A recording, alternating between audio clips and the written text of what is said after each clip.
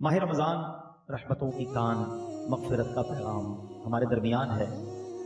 रोज़ा जब इंसान रखता है तो कुछ निढाल महसूस करता है, ख़ास तौर पर जब इफ्तार का वक्त आता है तो प्यास से ज़बान सूखती है और बाज़ औक़ात बंदा कभी कभी थोड़ी थोड़ी देर बाद घड़ी देखता है कि अब कितनी देर बाकी है कि जब मैं खाऊंगा, जब मैं पी सकूँगा। या दो तीन बातें बड़ी लतीफ़ हैं, बड़ी खूबसूरत हैं।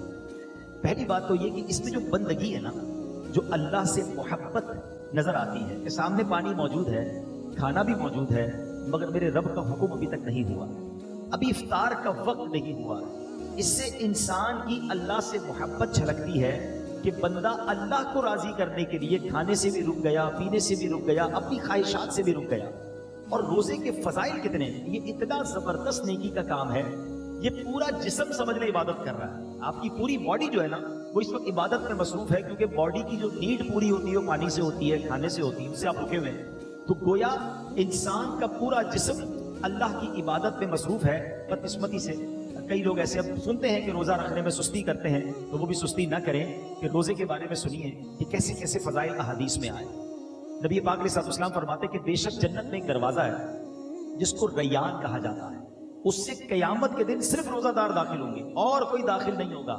स्पेशल डोर होगा जन्नत का। आप देखते कभी कभी एयरपोर्ट पर जाते हैं या किसी जगह जाते हैं, एक वीआईपी गेट होता है और उस वीआईपी गेट से लोग दाखिल होते हैं जो वीआईपीज होते हैं। तो ए रोजादारों, तुम्हें मुबारक हो कि जन्नत में वो दरवाजा होगा जिसको बाबुर रैयान कहा जाता है और उससे रोजादार जन्नत में दाखिल होंगे। और कयामत के दिन एक अनाउंसमेंट होगा, कहा जाएगा रोजेदार कहाँ हैं? वो लोग खड़े होंगे, उनके अलावा कोई उस दरवाजे से दाखिल ना होगा। जब ये दाखिल हो जाएंगे ना, तो जन्नत का वो डोर, वो दरवाजा बंद कर दिया जाएगा। उस दिन उन लोगों को कितनी अफसोस होगा, कितनी हसरत होगी जो रमजान के रोजे नहीं रखते होंगे। बल्कि हमें तो ये चाहिए कि सिर्फ रमजान के रोजे नहीं, हम उसके बाद भी नफली रोजों की भी कोशिश किया करें। हर पीर को रोजा रखना सुन्नत है। अच्छा, एक और फायदा देखें, जो पूरा साल कुछ ना कुछ नफली रोजे रखता है ना, उसको रमजान के रोजों में इतनी प्रॉब्लम नहीं होती, क्योंकि वो आदी होता है। Suddenly all of the sudden पूरा साल गुजरने के बाद जो अचानक रोजे रखना शुरू करते हैं, उनको ज्यादा बाजों का रोजा जो है वो फील होता है। बहरहाल नबी पाक अलैहिस्सलाम का एक और फरमान सुने, ए रोजादारों तुम्हें मुबारक हो। मेरे आका फरमाते जिसने रमजान का रोजा रखा और उसकी हुदूद को पहचाना और जिस चीज से बचना चाहिए उससे बचा, तो जो कुछ गुनाह पहले कर चुका है उसका कफारा हो गया। यानी रोजा पिछले गुनाहों का कफारा है। रोजे की एक और शानदार फजीलत, नबी पाक फरमाते जिसने एक दिन का रोजा रखा, अल्लाह अज़्ज़ व जल की रिज़ा हासिल करने के लिए अल्लाह अज़्ज़ व जल उसे जहन्नम से इतना दूर कर देगा जितना एक कौवा जो बचपन से उड़ना शुरू करे यहां तक कि बूढ़ा होकर मर जाए। अच्छा, कौवे की उम्र बताई जाती है कि 500 साल होती है। 500 साल तक परिंदा उड़ेगा तो कितना दूर होगा? अल्लाह एक रोजा रखने वाले को जहन्नम से उतना दूर कर देगा। मुबारक हो उनको जो पूरा महीना रोजा रखते हैं और माशाल्लाह नफली रोजे भी रखते हैं। एक और खूबसूरत बात, मेरे आका अलैहिस्सलाम फरमाते हैं हर शय के लिए ज़कात है और जिस्म की ज़कात रोजा है और रोजा आधा सबर है। अल्लाह अकबर। यानी आपकी बॉडी की ज़कात अदा हो रही है कि जब आप रमजान में रोजे रख रहे हैं। माशाल्लाह, तो हमें रोजे की पाबंदी करनी चाहिए। एक और हदीस सुन ले, फिर मैं इंशाल्लाह रोजे के कुछ अहकाम बयान करता हूँ। और ये बड़ी कमाल की हदीस है।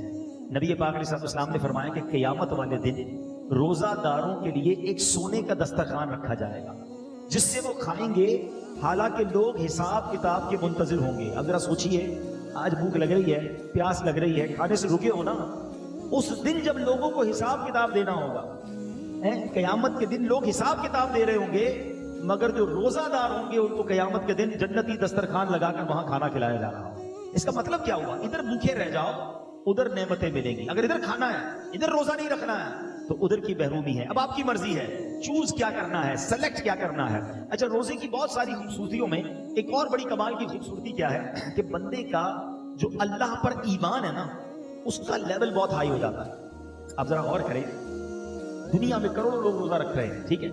आपके साथ भी ऐसा हुआ होगा, आप घर में अकेले होंगे, पानी सामने मौजूद है, फ्रिज के अंदर फ्रूट भी कटा हुआ है। कोई एक मुसलमान ऐसा है जो अकेले में छुपकर पानी पी लेता हो? कोई एक फ्रूट खा लेता हो? कोई नहीं देख रहा ना, चलो कोई बात नहीं। वजह, व्हाट इज द रीजन? यहां तक कि आप जब वुजू कर रहे होते हैं, हम उस वक्त भी एहतियात कर रहे होते हैं कि कुल्ली जोर से ना हो जाए, कहीं खलक के नीचे पानी ना चला जाए। नाक में पानी चढ़ाते वक्त भी एहतियात करते हैं कि नाक की हड्डी से ऊपर चला गया तो रोजा टूट जाएगा। ये क्यों? हालांकि वुजू खाने पे किसी को भी नहीं पता चलेगा मैं एक दो चुल्लू पानी पी लूं, लेकिन हम सब का ख्याल क्या है اللہ دیکھ رہا ہے. یہی ہے نا دل میں کہ کوئی نہیں دیکھ رہا مگر رب دیکھ رہا ہے. اب ذرا غور کرو میرے پیارے اسلامی بھائیوں, رمضان ساری دنیا کے مسلمانوں کا لیول آف ایمان ادھر لے جاتا ہے کہ تم اکیلے میں کھانا نہیں کھا رہے کیونکہ اللہ دیکھ رہا ہے. تو اب سوال یہ ہے کہ جب اللہ رمضان میں دیکھ رہا ہے تو کیا رمضان کے بعد نہیں دیکھ رہا؟ حلال کھانے سے رک گئے کیونکہ افطار کا وقت نہیں ہوا, مگر بندہ پھر حرام دیکھنے سے کیوں نہیں رکتا کہ اللہ دیکھ رہا ہے؟ اکیلے میں گناہ کرتے وقت یہ خیال کیوں نہیں آتا کہ رب دیکھ رہا ہے؟ ایکچولی رمضان ہماری پوری پریکٹس کروا رہا ہے کہ دیکھو جب پورے رمضان تم یہ خیال دل میں بٹھائے رکھتے ہو کہ اکیلے میں کھانا نہیں ہے, پینا نہیں ہے, رب دیکھ رہا ہے, تو پھر رمضان میں بھی اور رمضان کے بعد بھی حرام کماتے وقت بھی سوچو نا اللہ دیکھ رہا ہے, حرام بولتے وقت بھی سوچو اللہ دیکھ رہا ہے, حرام سنتے وقت بھی سوچو اللہ دیکھ رہا ہے. تو انشاءاللہ اگر یہ پریکٹس بن گئی کہ اللہ دیکھ رہا ہے تو پھر گناہ کرنے کی عادت چھوٹ سکتی ہے. اللہ مجھے بھی اور آپ کو بھی یہ خیال ایسا عطا کر دے کہ جب بھی برائی کی طرف جانے کو جی چاہے دل سے صدا آئے کہ اللہ دیکھ رہا ہے. بالکل اسی طرح میرے پیارے اسلامی بھائیوں, رمضان میں جو روزہ رکھتے ہیں اور چیزوں کی جزا بیان ہوئی ہے کہ بھائی اس کے بدلے جنت کا گھر ملے گا, جنت کے درخت ملیں گے, جنتی کھانے ملیں گے. اب آؤ روزے کی ایک اور فضیلت سنو. میرا کوئی بھائی, میری کوئی بہن اور روزہ کبھی قضا نہ کرے, روزہ قضا کرنے کا خیال بھی آئے تو دل میں یہ نہ لائے. لوگ کہتے ہیں یار کام کاج بہت ہوتا ہے, نوکری مجھے کرنی ہوتی ہے. دیکھو کام کم کر دینا, کاروبار کم کر دینا, تھوڑے پیسے کم کما لینا, مگر روزہ مت چھوڑنا. کیونکہ اب جو میں فضیلت بتانے جا رہا ہوں نا, میں نے اب تک کسی اور عمل کی یہ فضیلت نہیں پڑھی ہے. کیونکہ نبی پاک علیہ الصلوۃ والسلام فرماتے ہیں کہ اللہ فرماتا ہے, یعنی یہ حدیث قدسی بھی ہے, اللہ فرماتا ہے فَإِنَّهُ لِي وَأَنَا أَجْزِي بِهِ. اللہ فرماتا ہے روزہ میرے لیے ہے اور اس کی جزا میں خود دوں گا. باقی چیزوں کی جزا رب فرشتوں کے ذریعے عطا فرماتا ہے, مگر روزہ دار کے لیے رب نے فرمایا اس کی جزا میں خود عطا فرماؤں گا. بلکہ علماء اس کو ایک اور انداز سے بھی پڑھتے ہیں, انا اجزا بہی. اس کے معنی یہ ہو گئے کہ روزہ میرے لیے ہے اور اس کی جزا میں خود ہوں. یعنی رب فرما رہا میں اس کا ہو جاتا ہوں. تو اے روزہ داروں, جس کا رب ہو جائے تو اس کے کام کیوں نہ بن جائیں, اس کی مشکلیں آسان کیوں نہ ہو جائیں. اور ایک اور میں شریعت کی لاجک بتا دیتا ہوں. بہت سارے کاموں میں نوجوان کہتے ہیں کہ جناب ادھر جو ہے بہت دل چاہتا ہے کہ بڑے بڑے میرے گھر ہوں, بڑی بڑی گاڑیاں ہوں, چاہے اس کے لیے حرام کمانا پڑے. دیکھو حرام کما کر اچھے گھروں کے لیے پیسے حرام مت کمانا, ادھر چھوٹے گھر میں صبر کر لو, اللہ نے تمہارے لیے جنتی گھر تیار کر رکھے ہیں. کچھ لوگ ادھر شراب پیتے ہیں, اللہ کو ناراض کرتے ہیں, دیکھو ادھر شراب نہ پینا, صبر کر لو, اللہ نے جنتیوں کے لیے جنتی شراب تیار کر رکھی ہے. مردوں کو زیور پہننے سے منع کیا کہ دیکھو یہاں زیور مت پہننا, سونا چاندی مرد کو پہننا الاؤ نہیں ہے, مگر جنت میں مردوں کو سونے کے زیورات عطا کیے جائیں گے. ادھر حرام عورتوں کی طرف, ناجائز عورتوں کے پاس جانا,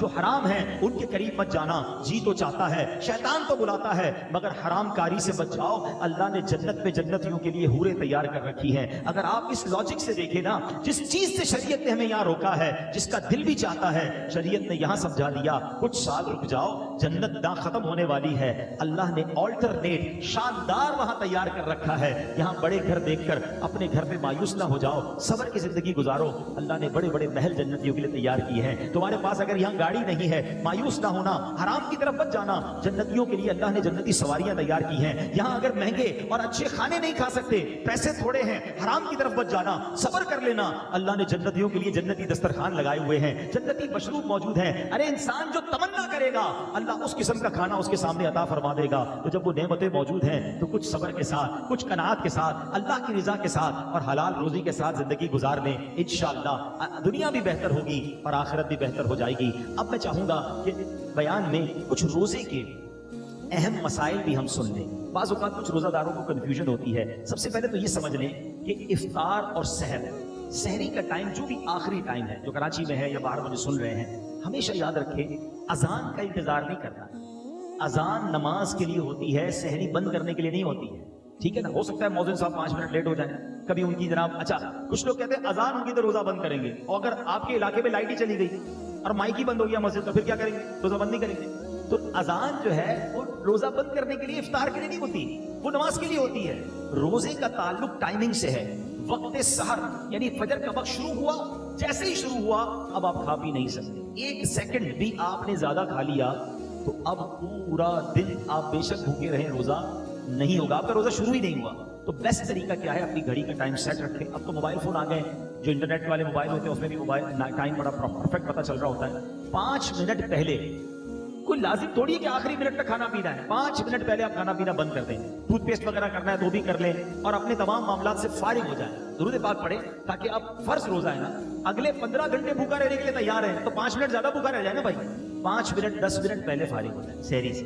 बिल्कुल इसी तरह इफ्तार में भी आपने करना यह है कि इफ्तार में आपने घड़ी देखकर इफ्तार करना है, टाइम देखकर इफ्तार करना है। 1 आध मिनट ऊपर हो जाए खैर है, पहले इफ्तार ना हो जाए। बाज़ औक़ात होता है लोगों की घड़ी टाइम पे नहीं होती, 5 मिनट पहले इफ्तार कर लेते हैं। आपको पता होना चाहिए कि टाइम हुआ कि नहीं। और बिल्कुल इसी तरह अजान मगरिब की नमाज के लिए होती है, इफ्तार के लिए नहीं होती। इसमें बाज़ औक़ात 2 गड़बड़ हो जाती है।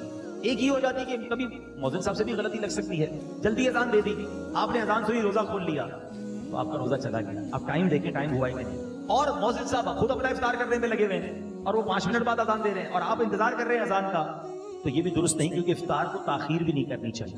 तो पहली बात तो ये समझ लें कि टाइम टेबल के साथ रोजा है। यहाँ एक और खूबसूरत बात कहूँ कि लोग आजकल बड़ी मिसालें देते हैं दूसरे मुल्कों वालों की, गैर मुस्लिमों की, यार वहाँ बड़ी टाइम मैनेजमेंट है जनाब, बड़ा टाइम से मामला चलते हैं, उनके जहाज भी टाइम पे, उनकी ट्रेनें भी टाइम पे, लोग आते भी वक्त पर हैं।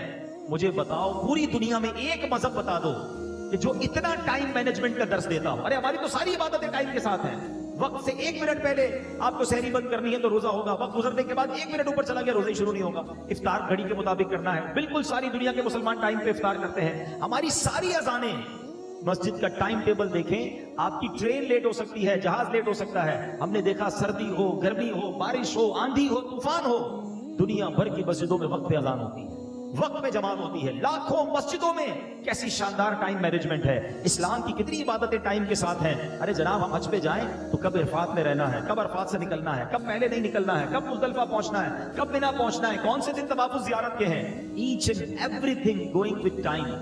इस्लाम जितना टाइम मैनेजमेंट सिखाता है ना, इतना दुनिया का कोई मजहब नहीं सिखाता। हाँ ये जरूर कह सकते हैं कि टाइम मैनेजमेंट इस्लाम में जरूर है, मुसलमान उससे सीखते नहीं हैं। तो हमें दूसरों की मिसालें देने की क्या जरूरत है, हमारा दीन हमें शानदार टाइम मैनेजमेंट सिखाता है। अच्छा इंजेक्शन, रोजे में अगर किसी को खून देना है, जब आप खून देंगे तो आपका वुजू टूटेगा, लेकिन अगर आप इंजेक्शन लगवाते हैं इससे रोजा नहीं टूटेगा, ठीक है। कान में अगर कोई ड्रॉप डालता है, अगर उसका कान का पर्दा फटा हुआ नहीं है तो भी उससे रोजा नहीं टूटेगा। हाँ आंख में अगर कोई ड्रॉप डालता है तो उससे उलमा फरमाते हैं रोजा टूट जाएगा। तो हमें रोजे के बारे में ये मालूमात भी होनी चाहिए। बाज़ औक़ात लोग जो है एहतियात नहीं करते और वो एहतियात न करने की वजह से उनका रोजा टूट जाता है। जब ये फर्ज है तो इसके अहकाम सीखना भी जरूरी है, इसकी एहतियातें सीखना भी जरूरी है। तो बहरहाल मेरे प्यारे इस्लामी भाइयों, इफ्तार के वक्त एक और काम करने वाला है जो नॉर्मली हमारे यहाँ नहीं होता, क्योंकि रोजाना इफ्तार के वक्त 10 लाख गुनाहगार जहन्नम से आजाद किए जाते हैं। रोजाना इतना मुबारक महीना है, इसलिए रोजाना इफ्तार के वक्त 10 लाख गुनाहगार आजाद जहन्नम से किए जाते हैं। और जब जुमेरात की रात आती है और जुमे का दिन आता है तो फरमाया हर लम्हे 10-10 लाख गुनाहगार जहन्नम से आजाद। अब आप सोचें कि इफ्तार के वक्त हमारी क्या कैफियत होनी चाहिए। हमारे घरों में तो एक हंगामा मचा होता है, शरबत किधर है, तो पकोड़े किधर है, तो फला चीज नहीं आई।